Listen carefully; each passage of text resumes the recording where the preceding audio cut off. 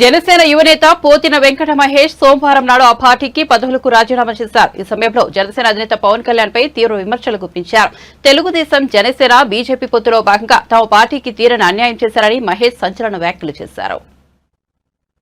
ఉదయం మీరు చూశారు, జనసేన పార్టీలో నాకున్న పదవి బాధ్యతలకి క్రియాశీలక సభ్యత్వానికి రాజీనామా చేశాను. ఇప్పుడు నేను మాట్లాడుతున్న మాటలన్నీ కూడా ఏదో ఆవేశంతోనో లేకపోతే సీటు రాలేదనేటువంటి అసంతృప్తితోనో మాట్లాడేటువంటి మాటలు కావు. నేను మాట్లాడే ప్రతి మాట కూడా ఎంతో ఆలోచనతో ముందు చూపుతోనే మాట్లాడుతాం.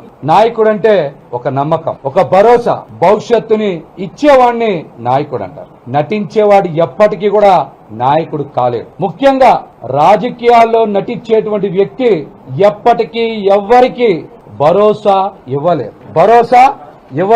కానీ చాలా మందికి నాయకత్వం యొక్క అర్థం తెలియకపోవచ్చు. అది తెలుసుకున్నప్పుడు మాత్రమే రాజకీయ పార్టీలు పెట్టాలి. మేమందరం కూడా పవన్ కళ్యాణ్ గారిని, జనసేన పార్టీని నమ్మి అడుగులు వేశాం. కొత్త తరానికి బాటలు వేస్తారని విశ్వసించాం.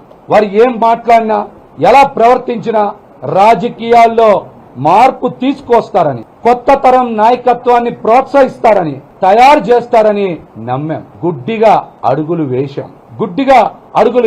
ముఖ్యంగా యువ రక్తం పవన్ కళ్యాణ్ గారు ఏదో చేస్తారని, మార్పు తీసుకువస్తారని 2014లో పోటీ చెయ్యకపోయినా 2019లో పోటీ చేసి ఒక్క స్థానంలోనే గెలుపొందిన 2024లో అద్భుతం జరుగుతుందని, ప్రజలకి మేలు చేస్తారని మేమందరం కూడా ఆశించి భంగపడ్డాం. జరుగుతున్నది ఏంటో, జరిగిందేంటో మాకెవరికి అర్థం కాక పిచ్చెక్కి మేము జుట్లు పీక్కుంటా ఉన్నాం. కానీ మా నాయకుల్లో మాత్రం స్పందన లేదు. ముఖ్యంగా మా నాయకులు పవన్ కళ్యాణ్ గారు రాష్ట్ర ప్రజలకి, అదేవిధంగా కాపు సామాజిక వర్గానికి, కాపు యువతకి, నాలాంటి కొత్త తరం రాజకీయ నాయకులకి నిస్వార్థంగా ప్రజలకి సేవ చేయాలని వచ్చేటువంటి కొత్త తరం రాజకీయ నాయకులకి ఆయన సమాధానం చెప్పాలి. అలాగే ఇప్పుడు నేను చెప్తున్నటువంటి ప్రతి ఒక్కరు కూడా పవన్ కళ్యాణ్ గారి నిజ స్వరూపం కూడా తెలుసుకోవాలి.